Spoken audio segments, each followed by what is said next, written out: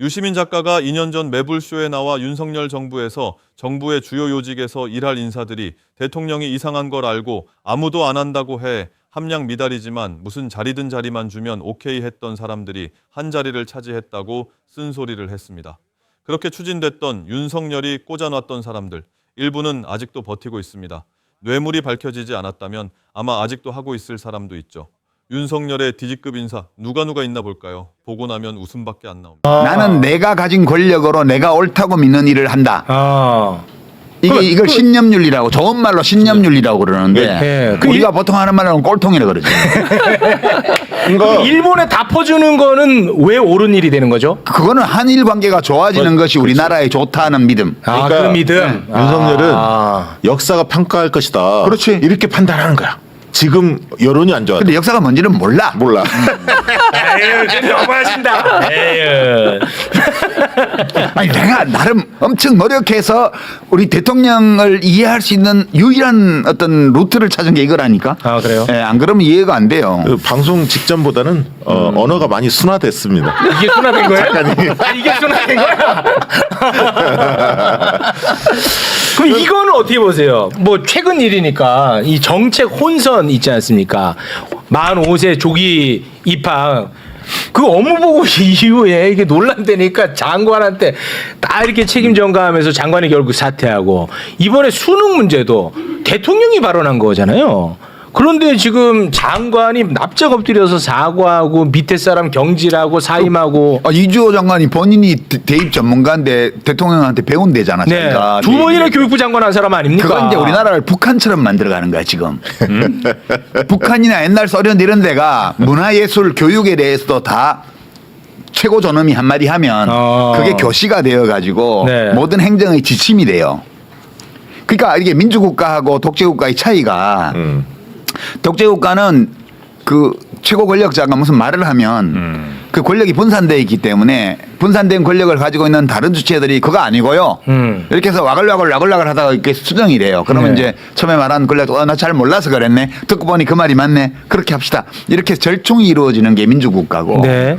독재국가는 최고 존엄이 한마디를 하면 그게 모든 영역에서 지침이 되는 거예요. 그러니까 일국의 장관이 대통령보다 지가 못하다 그러면 그 분야에 대해서. 네, 그럼 끝난 거지. 그거는 장관은 자기 분야에서는 대통령보다 훨씬 나아야만 국정이 성공할 가능성이 있어. 그건 뭐 당연하죠. 대통령도 후보 시절에 그 전문가를 많이 기용하겠다 쓰겠다 이렇게 말씀하시지 않았습니까? 그런데 도어 스태핑을 하면서 본인이 다 얘기했지.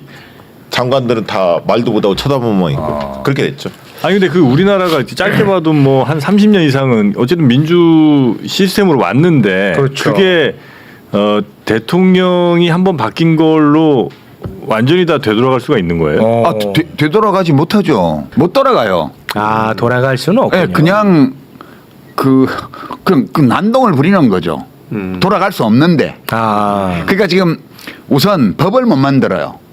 국회에서 소수파기 때문에 법을 못 만들면 어떤 제도도 손을 못 대거든요. 네. 제도가 뒤로 돌아가는 게 불가능해요 지금. 제도가 작동이 잘 안 돼서 그렇지. 제도는 그냥 있는 거예요 지금. 그러니까 저쪽에서 바꿀 수 있는 거는 지금 대통령이 바꿀 수 있는 거는 스트럭처 구조에는 손을 못 대요. 프로세스 시행령 과정에는 손을 댈 수 있죠. 그 과정에 손을 대는 이제 법적 근거가 시행령 시행규칙 같은 거예요. 네네네. 대통령령 그게 시행령이고 네. 장관이 시행규칙을 만들죠. 시행령 시행규칙 그리고 입법적 기초가 없이 법적 기초가 없이 할 수 있는 행정행위 이런 걸 할 수 있죠. 네, 근데 그거는 전부 다 프로세싱에 관한 거예요. 그래서 이제 꼴사나운 프로세스가 벌어지고 있는 거지 지금. 요거는 좀 희망적이다 말씀이. 그러나 스트럭처는 지금 손을 못 대요. 스트럭처를 손을 대려면 다 입법이 있어야 돼요. 국회에 통과돼야 돼. 69시간제 못 하잖아요. 왜냐하면 근로기준법을 손을 봐야 되는데 국회에 손을 못 대요. 그죠? 그다음에 뭐 장관을 청문회 없이 임명하고 싶은데 안 돼. 인사청문회법을 바꿔야 되니까. 맞습니다. 그죠? 그러니까 지금 청문회를 해야 되니까 이제 들리는 소문에 따르면 자리를 제한을 하면 안 하겠다고 한다는 거예요. 사람들이 다. 네. 근데 핑계를 그걸로 대는 거지. 사실은 하기 싫으니까. 왜냐하면 저 대통령을 이제 파악을 했잖아. 그렇게 보시는 그러니까 이제 거예요? 능력이 있고 뜻이 있는 사람은 안 하려 그러고요. 무슨 자리든 자리만 준다면 오케이 할 사람들만 하겠다고 그래요. 그래서 뭐 경사노위 위원장 섰건 뭐 손가락 무릎 야, 떴던 오늘 내가 여자분을 준비한 질문 중에 하나가 있는데. 손가락 무릎 뜯는 신용한 분을 뭐 어디 뭐 공공기관장 시키 이런 게 예. 할 만한 사람은 다 안 하겠다고 그러고. 그다음에 하겠다는 사람은 다 함량 미달이야. 그러니까 모든 인사가 전부 다 함량 미달이고 검사 출신 중에서 자리 탐하고 이런 사람들은 무슨 자리든 준다 그러면 하겠다고 그러거든. 진짜 여기 내가 질문이 있어. 이해하기 어려운 인사. 그 왜 이야기 어려워? 노동자를 적대시하는 김문수가 경사노위 위원장. 왜곡된 역사를 갖고 있는 김광동이 과거사위원장. 이거 내가 준비해 있었어요. 와, 이 설명이 돼버렸네. 그러니까 다 설명이 돼요. 그러니까 그게 A급이 있으면 이렇게 어떤 조직에 A급이 최고 책임자잖아요. 그러면 그 사람은 다 A급만 데리고 와요. 어쩌다가 B급이 하나 섞여 있어도 네. 대세에 영향이 없어. 네. 근데 B급이 오잖아요. A급을 절대 안 써요. 왜냐하면 A급을 쓰는 순간 자기가 B급이 이미 드러나기 드러나지. 때문에 A급을 못 오게 해. 그렇죠. 그래서 이제 어느 대학에서 학과를 처음에 만들 때 그 분야의 A급, 특A급을 데려다 학과장을 딱 시키잖아요. 그러면 A급 교수 젊은 사람들이 쫙 깔립니다. 그 밑에. 왜냐하면 A급들은 B급 밑으로 싫어하거든. 자기와 비슷한 A급을 좋아해요. 근데 B급이 오면 A급을 절대 안 데리고 와. 아무리 잘 데리고 와도 B급 아니면 C급을 데리고 와. 그러면 그 세월이 조금 지나면 그 밑에 D급과 등외로 쫙 깔려요. 그러면 그 학과가 망하는 거예요. 지금 이 정부는 그 길을 가고 있어요. 지금. 2017년 11월 5일 오전 4시 34분 어떤 공적 임무를 파리바게트에서 받기에 16,500원을 쓰셨습니까? 제가 만약에 최민희 위원장께 2017년 아니, 답 똑바로 11월 하세요. 5일에 어디서 무엇을 했냐고 물어보면 오전 새벽 못 하실 겁니다. 다시 한번 물어보겠습니다. 저는 저런 짓 안 합니다. 2017년 11월 5일 오전 4시 34분 53초에 새벽 4시 34분 53초 새벽 4시에 어떤 공적 임무를 보셨습니까?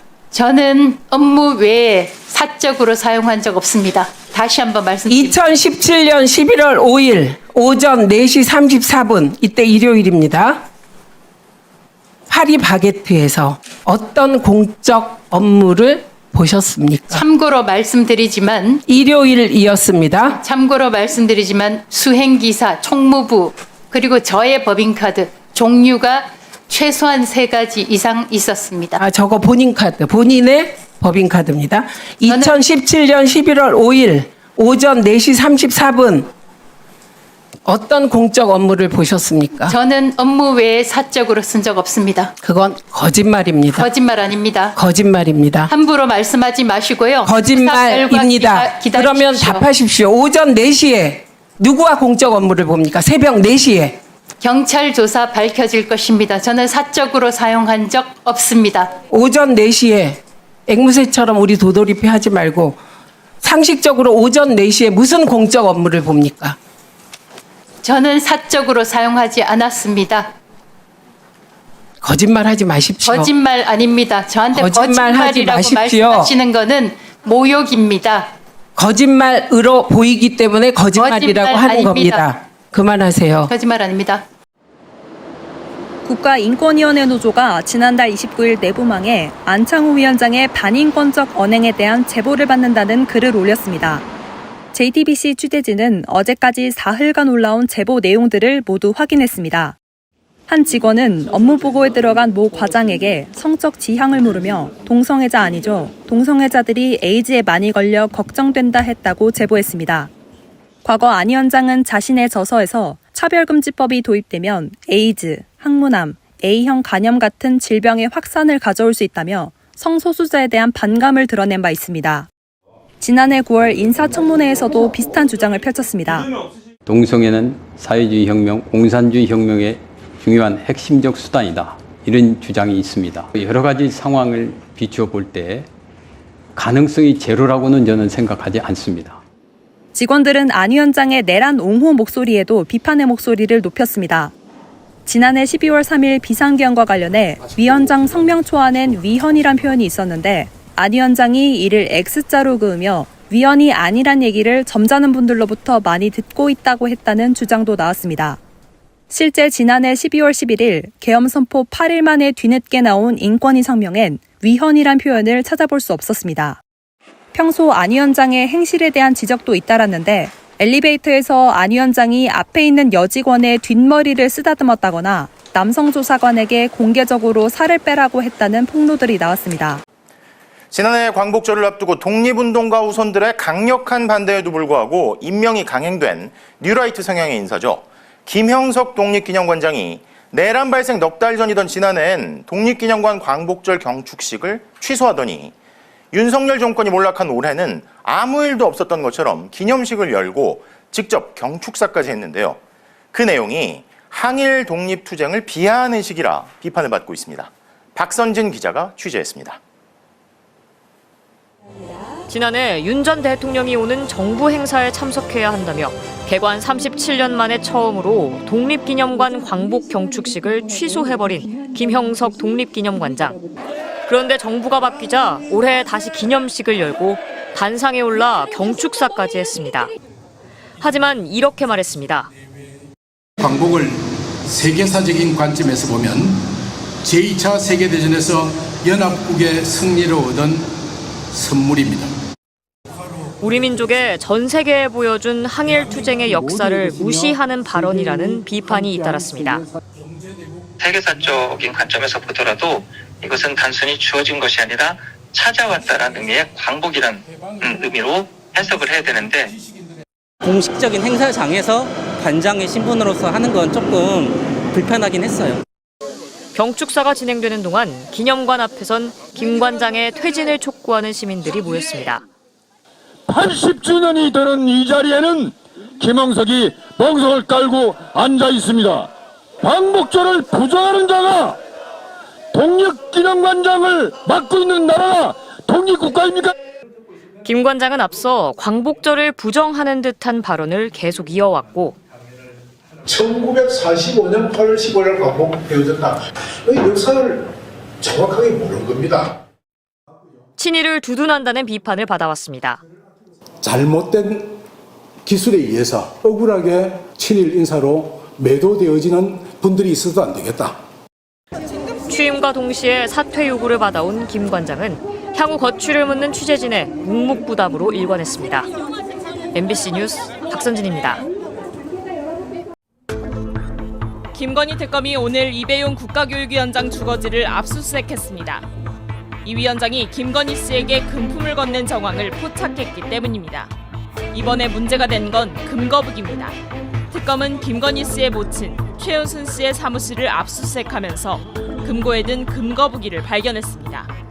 유통 경로를 추적한 결과 이 위원장이 김건희 씨에게 금거북이를 건넨 정황이 포착된 것으로 알려졌습니다. 반클리프 아펠 목걸이, 바세롱 콘스탄틴 시계, 샤넬백과 그라프 다이아몬드 목걸이에 이어 김건희 씨가 금품을 받았다는 의혹이 또 추가된 겁니다. 이 위원장은 윤 전 대통령 집권 당시인 2022년 9월 장관급인 국가교육위원장으로 임명됐습니다. 이봉관 서희건설 회장이 이끄는 국가조창기도회의 부회장도 맡고 있습니다. 특검은 이 위원장이 윤 전 대통령 부부에게 금품을 주고 공직을 받은 것은 아닌지 수사하고 있습니다.